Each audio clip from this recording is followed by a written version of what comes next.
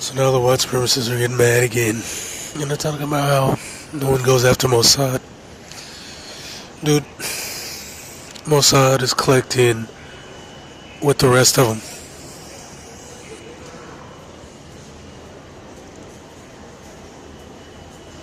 It don't matter which one you want to talk about.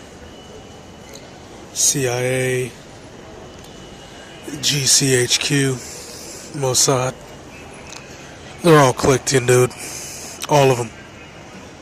And they all work for the same people, the white supremacist oligarchs. The same moneyed up families that are behind the Federal Reserve, most of them who aren't Jewish. The only powerful Jews are the Rockefellers aren't Jews. The Rothschilds are the most powerful Jews, but they're not the most powerful white people. Stop deluding yourselves.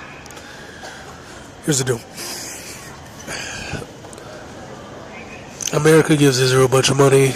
In exchange, Israel buys a bunch of American weapons and carry out the agenda of Anglo expansionism that ties into the Heartland theory and the Great Game. The Great Game never ended.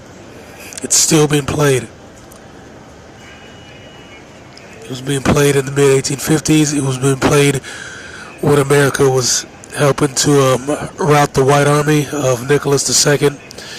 It was being played when they took out when they put in the Bolsheviks. It's still being played to this day. That's the whole beef with Iran. It's all a part of the Heartland theory.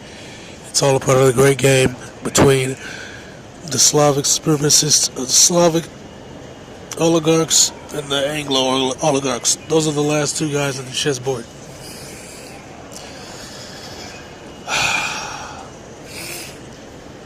Alright, that's the reality.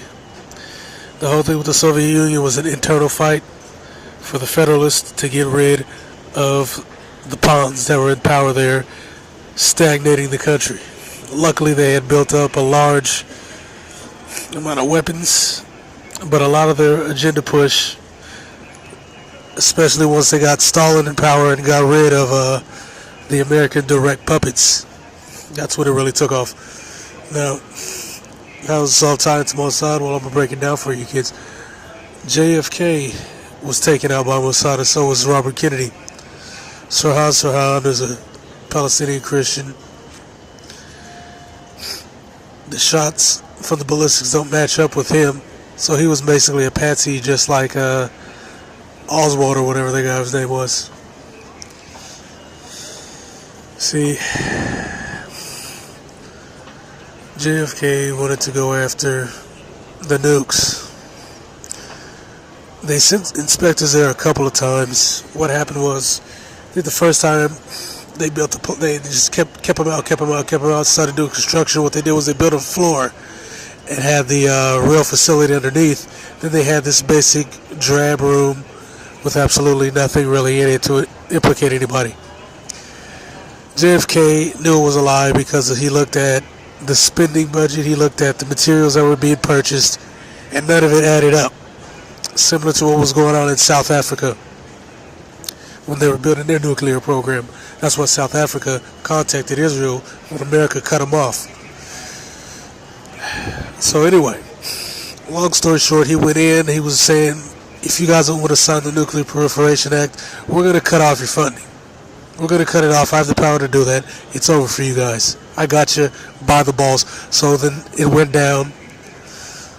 A lot of people from the Semitic Mafia took him out. Jack Rubenstein killed the patsy. You know the rest. That's the kind of stuff Mossad does. When they're not doing that, they're going after guys like Palestinian leaders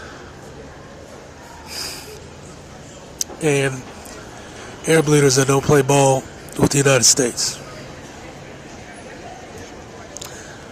That's the long and short of that.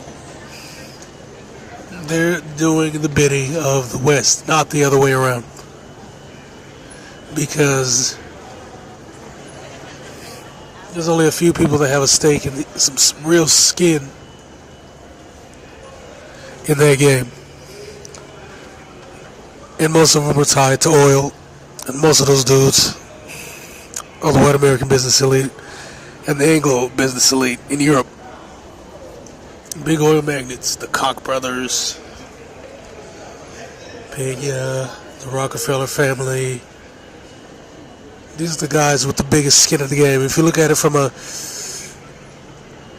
national front, and you're looking at governments and what governments have to gain, governments won't have to gain anything. But if you look at the players behind the governments, behind the Tavistock Institutes, behind the CFRs, you look at that, you look at those families, those businessmen, and what they have to go to, and what they're looking for, and what benefits them, then it all makes sense. Then you see who's behind it. They're behind these agendas, because these agendas push their narratives, and they put money in their pockets. This is all for their benefits. That's why people don't like me talking about the white supremacist oligarchs, and they start to make it, oh, you're talking about regular white dude. You work at Sears, you work at fucking, you're some button pusher, some bean counter. I don't give a fuck about you. Nobody's talking about you. Nobody cares about pedestrian whites. Nobody's talking about them unless it's a white supremacist or a white identity extremist that's talking about a race war. Yeah, I'm talking about those fuckers, because they're literally out here killing people and burning churches and joining the cops and talking about how they're going to kill this group and kill that group and the white race and blah blah blah. I hate Norwegians, which is code for the N-word. I mean, those guys are fucking racist.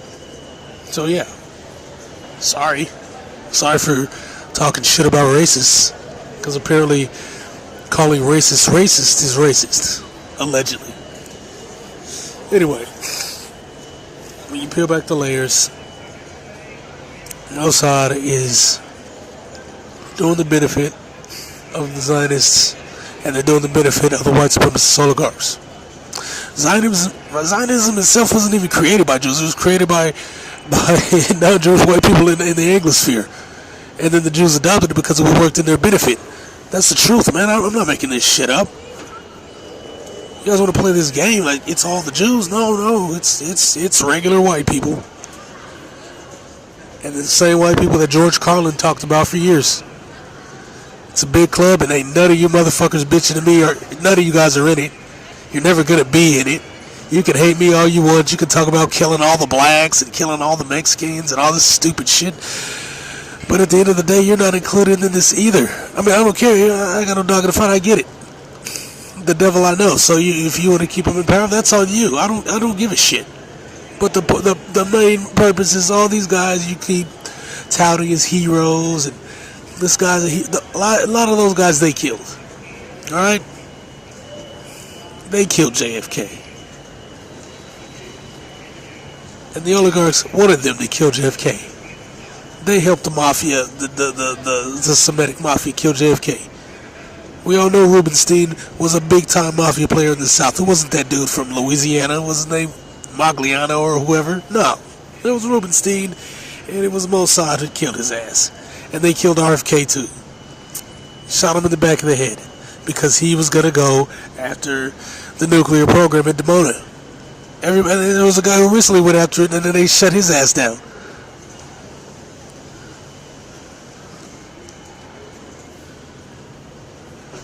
Everybody knows how this works.